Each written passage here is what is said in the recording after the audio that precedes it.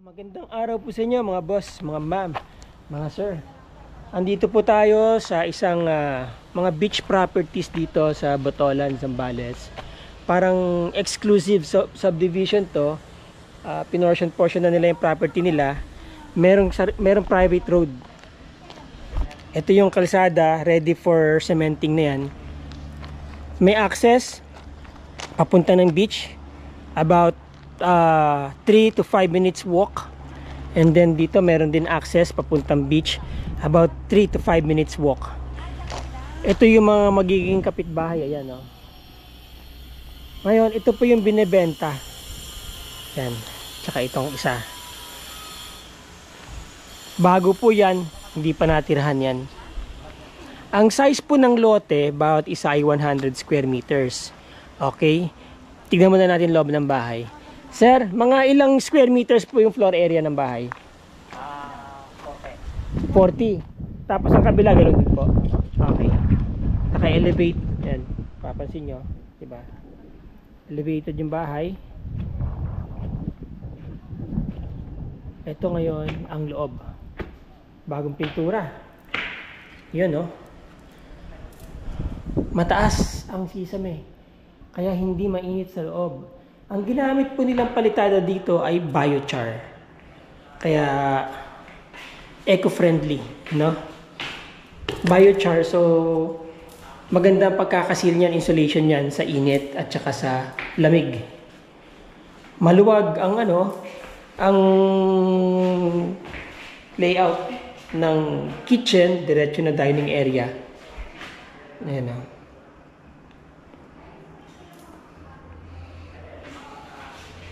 Tapos, ang bintana is made of, ano ba to? Wood plastic composite.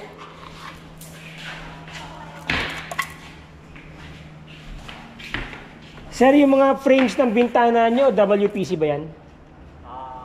WPC, ano? Ha? Earth house. Kasi made of biochar. Oo. Okay. So yun, earth house to kasi made of biochar.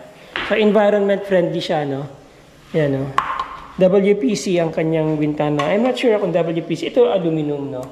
Pero ito, hindi siya aluminum eh. Parang WPC siya.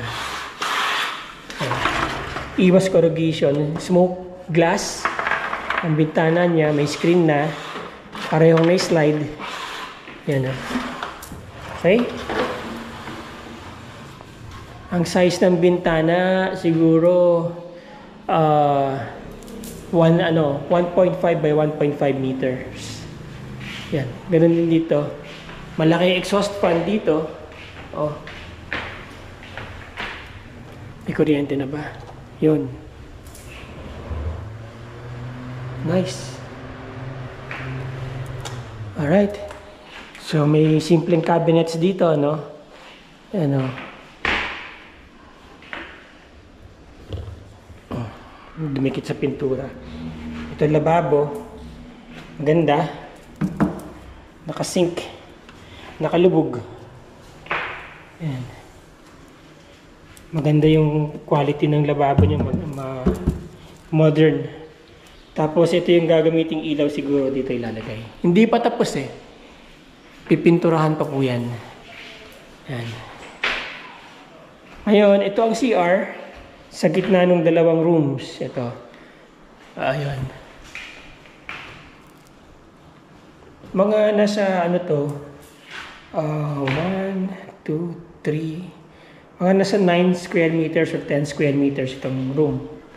Or 9 or 8 square meters itong kwarto. Oops. Basa pa. Okay, yan. Yun. Universal ang outlets. May isang bintana dito. Yan ang tsura ng kwarto, no? Mataas ang kisame, ha? Kaya hindi siya mainit kahit tirik ang araw. Ito pong bahay ay ginamitan ng biochar. Yung pinangpalitada dyan. Gusto ko lang i-emphasize, no? Ayan, no?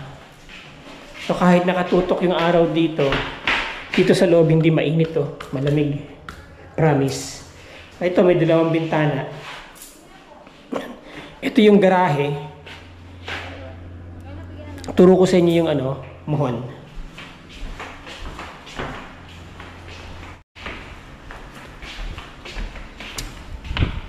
So, kahoy ang pinaka-railings dito sa labas, no? Papatambakan na lang to konti. Maganda, naka-elevate dun sa baba, oh. Diba, safe kayo sa kung magkaroon man ng flooding dito, pero bihira pa magkaroon ng flood dito sa lugar na to. Mataas po itong lugar na to. And then dito may space pa kayo ng parking. Yan, ito po yung muhon. Diretso yan doon. So merong about 1 to 3.5 meters na setback mula dito sa muhon. Kaya saktong-sakto, maluwag pa para sa sasakyan. Hindi mahirap mag-park. Kasya SUV dyan, basta magaling lang yung architect yung mag-design ng parking space. And then ito yung kanyang yan ang kanyang septic tank. Yan. Yan. Ang kanilang kisame ay marine plywood. Sir, anong pintura ginamit sa labas? Anay finish. Ha? Anay finish. Anay finished. Ayun. Para hindi anayin. Hindi. Parang ibang design niya. Okay, parang anay finish, no? May parang corrugated. Ayan. Oh. And then ito yung second house. 100 square meters din po ang sukat ng property, ang sukat ng lote. Saan magsisimula ito? Dito? Oh, ito. Ito pa. Ito. Maluwag pa. Itong maluwag pa, no? Oh. Oo, yun. So, ito yung magsisimula. Diretso doon. Parking space niya to, no? At ganun din dito. Maluwag pa rin dito. Naka-setback siguro ito ng mga 1.5 meters mula dito sa bahay. Yan. Dito. Ito. Right, yan. Oh, same design, ano? Yung bahay. May konting difference lang sa tiles. At saka sa height. Tsaka sa height. Ng bubong. Mas mababa lang ito. Pero yun din, biochar din po ginamit dito, no? O slot. Instead na bakal. Instead na bakal, Tapos slot. bamboo slat po ang ginamit. Yan. Kaya pagpasok nyo po, malamig. Yes, oo, malamig nga, sir. Malamig. Oo, ayan, oh. Malamig po yung bahay, hindi siya mainit, ha. Oh. Kahit pababa ang kisame dito, malamig po. Dalawang kwarto rin. Almost the same size. Floor area, 40 square meters din, ano po? Boss, kumusta ka? Ayan. Si Boss Eric. Ayan. Yung kapag ka nakikita kami nito, talagang lagi ako may tubig eh. Sabi, minsan na Red Horse naman, boss. Huwag naman puro tubig. Okay. Tapos yan. Maganda ilaw na. Ang size ng kwarto dito, sir, mga 8 square meters. No? 8 yan, ano? Oo. Kasi magtitira dito sa CR ng mga 2x2 siguro to. Oh. Yun. Sakto, isang kama, cabinet. No? Ang ganda nito pagka ginawa nyo bakasyonan house or pa-Airbnb ninyo. Magandang investment po ito. Maski dito na kayo tumira. Ayan. Kailan ito natapos, sir? Kailan na? Ano na po 6 weeks. 6 weeks ginawa. Oh. Isa't kalahating buwan. Hindi. Wala yan. Isang buwan, isang linggo. 5 weeks pala. 5 weeks. Isang buwan at 1 week. 1 week.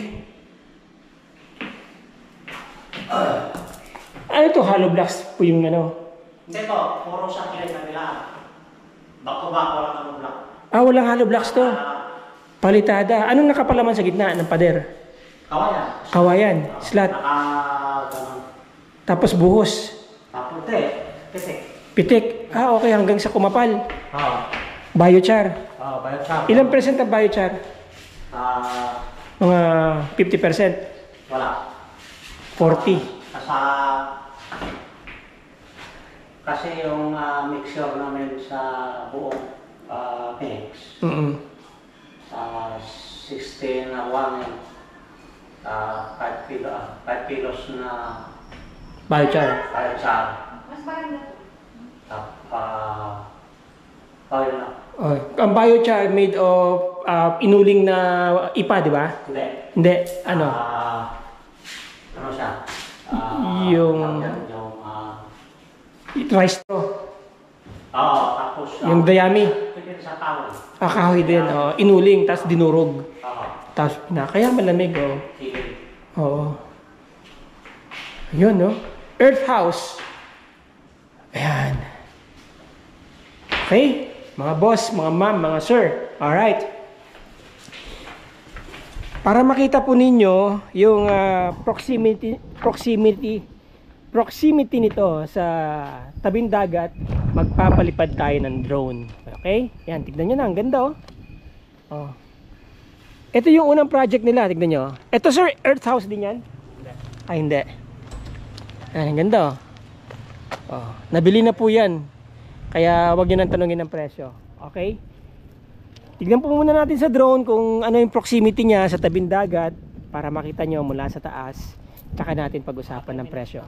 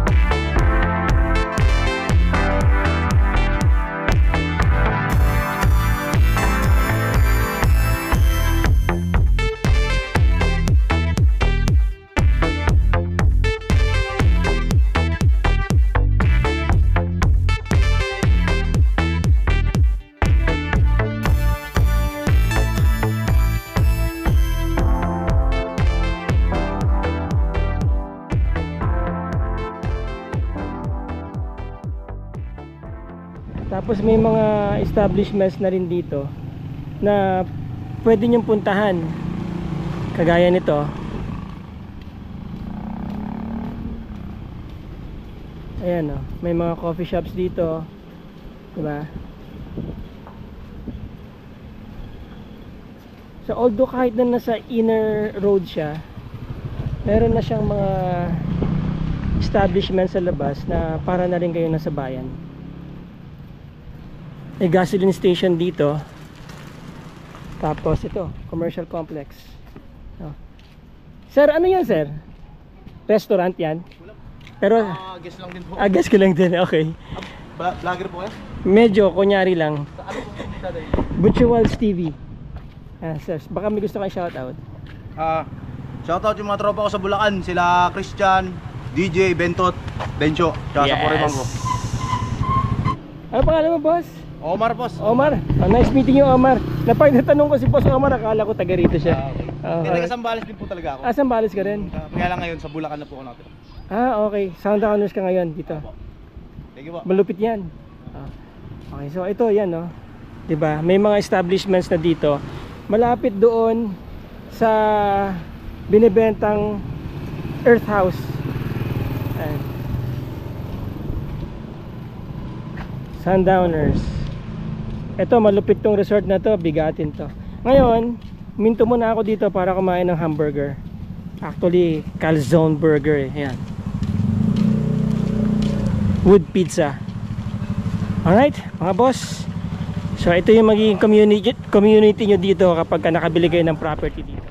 Alright, mga boss, mga ma'am, mga sir. Recap po tayo, ano? Actually, the other day, 2 days ago, nandito po kami. Kaya iba na yung suit ko ngayon. 2 days ago, nandito kami. Umulan, kaya bumatche kami. Ngayon, nagpalipad ako ng drone para makita nyo yung vicinity, yung location ng lugar. Malapit po ito sa mga magaganda at mga kilalang resorts dito sa Zambales. Kagaya ng Villa Elisa, kagaya ng Calinto. Tapos dito po yung Zambali, nandun po yung Sundowners. Yan po yung mga bigatin mga resorts dito. And then, isa po sa mga amenities ng lugar na ito, meron po kayong access sa dagat. About few steps away, andyan na po kayo sa dagat. Kung nakita nyo naman sa drone, ano. Tapos, meron din pong access dito sa kabila. Alright? Now, ito pong kalsada na to, ay sesementuhin po to, gagawin to konkreto, para mas lalo pa siya maging accessible all the way from National Highway. Alright, this area or this property, tatapang ng mga aso. Okay, this property is about 4 to 5 hours drive from Metro Manila. Depende po yan sa traffic. About 15 minutes away from the National Highway. Walking distance dun sa dagat. Alright, ang total lot area po ay 100 square meters each. And then ang bahay ay nasa 40 square meters ang floor area niya. Pwede nyo pong bilihin yan ng sabay. Okay, binibenta po yan, kung dalawa nyo bibilihin yan, binibenta po yan ng 3 million. Pero kung bibili nyo lang po ito, yung medyo mas mataas, that is 1.750 million or 1,750,000. Ito naman po ay 1.5 million or 1,500,000. Alright, maganda yung bahay. Alam nyo ang advantage ng Earth House na to. Tawag po kasi nila dito Earth House. Ang advantage po ng Earth House na to, kung may mixture po siya ng carbon, ano, ay malamig po yung loob. Kahit mainit sa labas, malamig po yung loob. Okay? Hindi rin po yan ginamitan ng bakal sa loob. Ang ginamit po dyan ay bamboos. Sa maniwala kayo at sa hindi, napakatibay nun. Opo, matibay po yung bahay na yan. Kahit hindi po bakal lang ginamit dyan, kahit yung bamboo. Ang advantage po nun, hindi po kinakalawag yung bamboo. Kaya hindi po basta-basta mabubulok yon, hindi basta-basta masisira yung bamboo. Tatagal po ng matagal na panahon yun. Alright? So, yung mga interesado po sa property na to, mga boss, mga ma'am, so, nandyan lang po ang aking contact details. Nandyan ang aking WhatsApp, Viber, and Globe, ang aking email address, ang aking ibang contact details. Kung gusto nyo akong i-message sa Messenger, nandyan po yung aking Facebook link. Click nyo lang yan, tapos i-message nyo lang po ako. Kung gusto nyo magpa-schedule ng visitation, magsabi lang po kayo, tumawag po kayo. Kung hindi ko man po kayo masagot sa tawag ninyo, please leave a message and I will get back to you within 24 hours. Okay? Maraming salamat po sa inyong oras, mga boss, mga ma'am, mga sir. Till the next video. Ciao!